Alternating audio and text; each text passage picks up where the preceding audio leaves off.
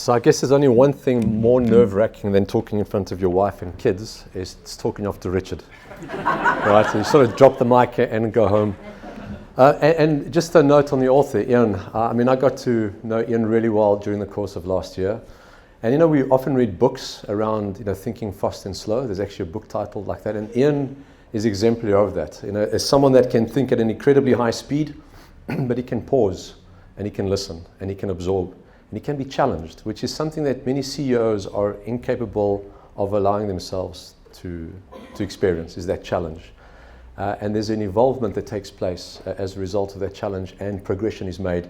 And when he puts his mind to something, it happens so incredibly quick. And it's not about thinking quick, it's about doing quick with a tremendous amount of confidence. It's exactly what we need in the leadership construct of our country and in our economy at the moment. So I'm going to talk to you about the future of jobs, which is something that's very important to me at the moment. So I grew up in the south side in the south side of Johannesburg. My friends would tell me that's the wrong side of the railway lines or the mine dumps in Johannesburg. And I grew up with not a lot of financial means. Everything had to be well planned in our home. So when I established my purpose for life, it was to get educated, go get a degree. Degree means success. It's going to mean a nice corporate job and you're going to progress, etc. When I got the degree, it was get a nice car, get a nice house, get a family. And so everything was a tangible ticking of the box. And as I get older, it moved to create some wealth. And now it's give back and play a significant role in changing the path that we are on as South Africans, that we have to achieve in this country. And one of the big things that certainly weighs on me personally is the job challenge that we've got in the country. So I'm just going to walk back to the back here, right? I often walk so quickly through the day and I'm so lost in thought but when I walked past this poster, did anyone see this poster over here? Yeah. Right, this is symbolic. This is the most inspirational thing I've seen in a long time. And it's a kid you can see, looks like he's he's certainly not in the streets of Sandton, right? And he's wearing an astronaut suit, right? That's inspiration. And I think that's what we need to do in the country right now. I've built a couple of businesses. I think I've built businesses in just about every single industry in South Africa. I've built 2 big sub-brands for Deloitte, the last one being Deloitte Digital, which is a leading digital practice. And so what I talk to organizations about is about modernizing their business, right? It's an economic discussion around business transformation, leverage digital to grow your business, become more efficient, get yourself into a winning position. And ultimately, what I'm talking about is this equation. All right? Now, this equation is probably best understood if I read it backwards. And it basically says that if you want to achieve proper exponential productivity, in other words, you want to be a leading organization in this digital economy, you've got to unlock an exponential growth. In other words, unlock growth through creating new products and services through innovation, leveraging digital technologies. Or finding the next lowest production point by unlocking exponential productivity by leveraging digital technologies like IoT, analytics, robotics, etc., to produce the same high quality product but a lot cheaper than your competitors. That's a winning strategy in any business. And obviously experience. Make sure that the experience your customers have with you is of such a nature that they want to come back, stay longer, and spend more. And the same thing applies to your staff, right? Giving them that kind of experience. And why this is happening at the moment and why we're having so much success in the world of digital is because now the capex of the machine is cheaper than the opex of the human. It's an economic conversation. For years, laborers and workers have fought the machines that threaten to take their jobs away. And every single time, the laborers and the workers have lost because the economics of the machine always wins. All right? This goes back 150 years. But despite that, we've created a tremendous amount of jobs. So let's play the equation left to right now. So when the capex of the machine becomes cheaper than the opex of the human, we unlock exponential dividends inside our business, which is exponential growth through innovation, exponential productivity by reducing the cost of doing business, which is a leading strategy, and exponential experience. And you become an exponentially productive organization. It makes business sense. And this is why we're seeing this massive migration into the world of digital. It's an economic conversation. But we're faced with this challenge. Right? So this mindset that we're going to change the world is quickly replaced by one that, hold on, what about the jobs? All right, and the reality is that our jobs define who we are. It gives us our social standing, it gives us our societal respect, psychological satisfaction, whether you admit it or not, and it's how we sustain ourselves. And this conversation becomes far more emotional when you think about the people that you're responsible for, the kids that you're bringing up, and you want to get them ready for this new economy. Super emotional conversation. Now, I'm trying to cut down a 90-minute conversation into 10 minutes. So I want to get to the point, is that despite the fact that there is a bit of a dystopian view in this world of work when we bring it into context with digital, I'm a little bit more optimistic. Because there's sufficient evidence that says at the moment that for every job we're going to lose in search of those exponential dividends, we're going to create 1.74 jobs. So we're going to create jobs in the fields of artificial intelligence, machine learning, robotics, etc. And there's evidence of that, right? Net new jobs that we're going to create in the economy. What also happens, because these net new jobs are unlocking further innovation, further productivity, we're creating economic velocity. In other words, prices drop, wages increase, there's more money in the market, and we typically spend it back on demand. So we create more jobs through positive secondary and tertiary effects in the economy. So the people that are now taking up the AI jobs and the robot jobs, the robotics jobs, need places to go shop, clothes to buy, houses to live in, etc. And so there's a knock-on, a positive effect in the economy. We're also seeing that we're going to have a lot of jobs that we don't even know we're going to have in the next couple of years. So as an example, 2 weeks ago, I drank 15-year-old whiskey that was made in 12 hours. Let's think about that. 15-year-old whiskey that was made in 12 hours, molecular whiskey. Okay, and you're frowning. It's not a disappointment. It actually tastes like 15-year-old whiskey. And so that's an example of a job we're going to create in the future. Whiskey designers or whiskey makers, instant whiskey makers, instant vintage whiskey makers, right? A good friend of mine, Adriana Marais, is one of the individuals that's on the list of finalists going, that's been selected to go to Mars. Right, she's going to have to do things on Mars that we're not doing on Earth at the moment. So a bunch of new jobs that are going to be created. And we're moving beyond STEM, everyone knows what STEM is, to STEMpathy jobs. Right? So it's bringing the fundamentals of math, science, engineering, technology, etc., but combining it with communication, compassion, empathy, etc. And in some instances, they refer to it as STEAM, so adding the arts into the science and maths. But these are the new jobs we're going to create. The challenge with all of this is that the beneficiaries of all these jobs are the individuals in the room, the privileged individuals in the room, right? We've got education, we've got access to funds, we're able to develop our skills, and if we don't have access to somewhere to develop our skills, we'll just buy ourselves into it. Right? We'll roll on an online course or go to a university and we'll get educated and we'll be ready for this new digital economy. But we've got a real challenge in South Africa. All right, so in South Africa, we have 0.8% of the world's population lives in South Africa, but we hold 3.5% of the world's unemployed, right? And we have now become the most unequal society in the world, and it's because we don't have jobs. We can debate this all night, but the reality is that if someone earns 0 because they don't have a job, and someone earns 10 because they've got a cool job, there's complete inequality.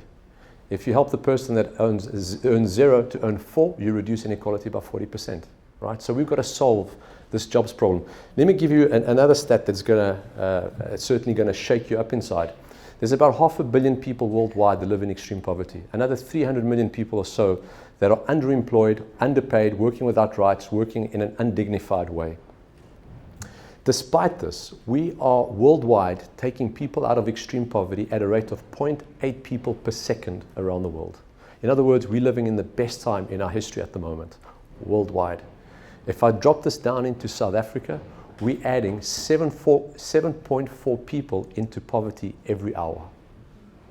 So the world is getting better as a whole, and we are reversing dramatically as a country, as an economy, right? So while we think about the great jobs that we have, the AI jobs, the robotics jobs, and all these great things, if we don't sort out this problem, we don't have an economy in a couple of years, right? We've got complete social and economic unrest and a complete implosion of the environment we trade in. So here's the situation, and hopefully I'll be able to articulate it properly. The red line describes the South African economy. We are a linearly productive economy. We are highly dependent on low-cost labor as a strategy, as an economic strategy. And it's not a bad strategy. It worked incredibly well in the 60s, 70s, 80s, 90s. Just look at China. They had the same strategy. The situation is that we've reached the point of diminishing returns. We can't eke out any more efficiencies from the economy as it is. We can't make people work longer hours, and we can't pay people less. And if we take the efficiencies that have been unlocked over the last 30 years and we try and extrapolate them forward, we're unable to maintain our GDP. So we go into the death spiral, and we're there already, right? We're not in technical recession, but what happens is our population is growing a lot quicker than what our economy has grown over the last 15 years. So that is proper recession. Economies that have adopted, moved away from low-cost labor strategies and adopted automation and digitization start behaving like exponential economies. And what that means for them is that they've unlocked productivity for the same reasons I explained earlier. They've created global demand, so the world is going to them to make their product and to innovate product, etc. And this creates a tremendous amount of new demand for that economy. If you exist in a highly manual labor economy and you look at this, you blame technology, and you'll say, well, that gap is as a result of technology, and technology is driving reduced competitiveness in our market. It's driving job losses, and it's driving this or creating this automation anxiety. So we blame technology for job losses, but what we have is actually a crisis of leadership, right? Technology doesn't destroy jobs. Inaction destroys jobs. Populist views that are not properly understood destroys jobs. So this thing of let's not modernize in order to protect jobs is doing the exact opposite effect. Saying that we need money to modernize the economy is completely incorrect. Estonia is a small country, 1.3 million people, has got a GDP less than that of the East Rand in Gauteng. It's gone completely digital, online healthcare, online education, the judiciary is online, you vote online, and if you want to open up a business in Estonia, you can register tonight and you're trading before midnight, right? Tiny, tiny country. So what we have is a leadership crisis, and we've got to move away from popular views that technology is bad for employment. Bad decisions are bad for employment. Now, a couple of things. Despite this, what I am encouraged is we're seeing evidence of interesting things happening on the continent. I'm seeing the rise of the micro-entrepreneur, and this is where I become hopeful, and this is where we all got to play a role in ensuring we unlock this potential. The rise of the micro-entrepreneur, not the individual that invents the technology and becomes a billionaire, but the individual that leverages that platform, that technology, to sustain themselves independently. And I want to maybe focus on three categories.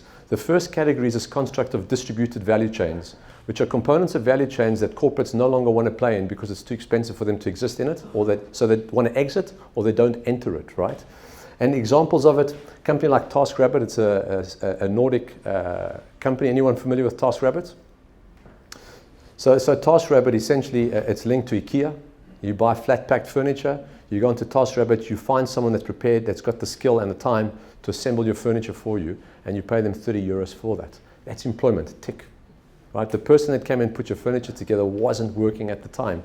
You bring it further down. DoorDash, recently bought by the Vision Fund for over $500 million, employs 200,000 shoppers around the world. Yes, these people go shop for you and take the product off the shelf at your local grocer. Not only do you stimulate the local grocer and the family that's sustained by the local grocer, but you've employed someone to go shop on your behalf. They employ 200,000 people around the world. The next company, WAG, is a dog walking business that's leveraging digital platforms, employ 50,000 people around the world, paying $100 an hour to walk a dog. What is minimum wage in South Africa? Anyone know? Yeah, 3.5. Yeah, it's $15 an hour, $20 an hour, eh? All right. So it's dignified to earn $100 an hour if you're unemployed. And then in South Africa, you've got great examples. Sweep South employed 12,000 people since they've started. The average wage of a person that works through Sweep South has doubled. And there's additional benefits that come from it in companies like Hey Jude. The other category is collaborative consumption. And this is typically as a poor individual, an unemployed individual, I cannot justify the ownership of an asset, nor can I afford it. But in the world of collaborative consumption, if I can get my community to use it, I can justify that ownership of the asset. Uber is a great example. The typical Uber driver would never get financing for their Toyota Corolla. Because they've got an Uber contract, they get financing for a 150,000 Rand car. But there's lovely examples. Hello Tractor out in West Africa is doing this with farming equipment. So a farmer will buy a smart tractor and the whole community use it. They can finance it, and the community has the benefits of an asset. So you're unlocking agricultural productivity and creating employment in those markets. And it doesn't just relate to very basic economies and technologies. 3D hubs allows me to monetize my 3D printer, which is printing at the moment in my garage, and someone's going to go collect what's been printed on my machine and they're going to pay me for it. Right? So collaborative consumption around really cool economies. And cities like, maybe anyone from the city of Cape Town, the city of Seoul has implemented a collaborative consumption strategy which says don't go buy stuff at the store, buy it from your neighbor. And they've created platforms for people to exchange furniture, bicycles, toys, sports equipment, big equipment, etc. And it seems to be working. The final one is the construct of economic catalysts, where you leverage digital to stimulate industries or sectors that have gone flat due to lack of trust, transparency, network effect, and so on. And some of my favorite ones, this is easily one of my favorite, Livestock Invest. So these two entrepreneurs, the one guy owned cattle, or like the Dutch would say, kettle, right? And so he wanted to now go sell his cattle, and it miraculously died the night before he wanted to sell it. So he decided, well, from now on, I'm going to start a business and I'm going to IoT cows. And I can track my cow in the meadows of the Eastern Cape at any given point. And if you can't afford the full cow, you can buy a portion of the cow. And you can go into a syndication with the cow. So creating economic activity and jobs in that space. Stockfellow does the same by digitizing the Stockfell. And this one over here, Boomba.mobi, is something that's very close to me. It's an entrepreneur that's trying to prevent illegal dumping in Diepsloot. Right, so someone that lives in the northern suburbs of Johannesburg, I'll pay a guy to come and fetch my garden refuse from my garden, think I'm doing well, but they don't take it to the dump sites. They go dump it illegally in Diepsloot, and so there's disease, the kids get injured, etc. So this guy, Sifusizo, will drive behind the man in the van and then give me a call, say, Valter, they've dumped it at Marlborough dump site, you can pay them now. And then he would hold the $300 and pay it over to the guys. But what happens? They don't want to pay the levies at the dump site, so they break his phone, they beat him up, and they threaten him. So he goes through about 6 to 8 phones a year because he's assaulted regularly. So now we're leveraging digital, and with a friend of mine, Patizu Malingwa, we're now using disposable IT devices. So if someone comes to my property and wants to remove some rubbish, I throw a disposable IT device, costs 20 American cents, into the back of the vehicle, and I can track it on the phone to make sure it goes to the dump site. All right? And so these are examples of where it helps me feel confident that technologies aren't going to take these jobs away. Right? The technologies are going to create the new set of jobs that we so desperately need in our economy. But we've got to change the way we think about it, and we've certainly got to change the conversation. It's not an easy path, and it's not a determined path. It requires entrepreneurs, citizens, policymakers, government, captains of industries to come together collectively and individually to solve this problem. We've got to stop having silly debates around what's good for the economy and what's not good for the economy. We know what's good for the economy: economic growth and jobs. Simple. All right? So I'm not going to go into the detail, but there's many things that can be done at a public policy level around harmonization of policies that's good for business to ensure that they incentivize to support these SMEs and to educate the workforce, etc. And the citizen to realize that we're going into this world of lifelong learning, right? This construct of, because I'm South African and because I've worked hard and because, etc., there are things that we deserve. It's no longer the case. It's a worldwide phenomenon. We're going to be constantly reskinning and renewing ourselves. And so with that, I want to leave you with this thought, which to me is certainly very true, and it's something I live and breathe every day. So technology is certainly, there's a fear that technology is killing our jobs, but I do believe we've got to change the rhetoric because technology is the only thing that can save our jobs. Thank you very much.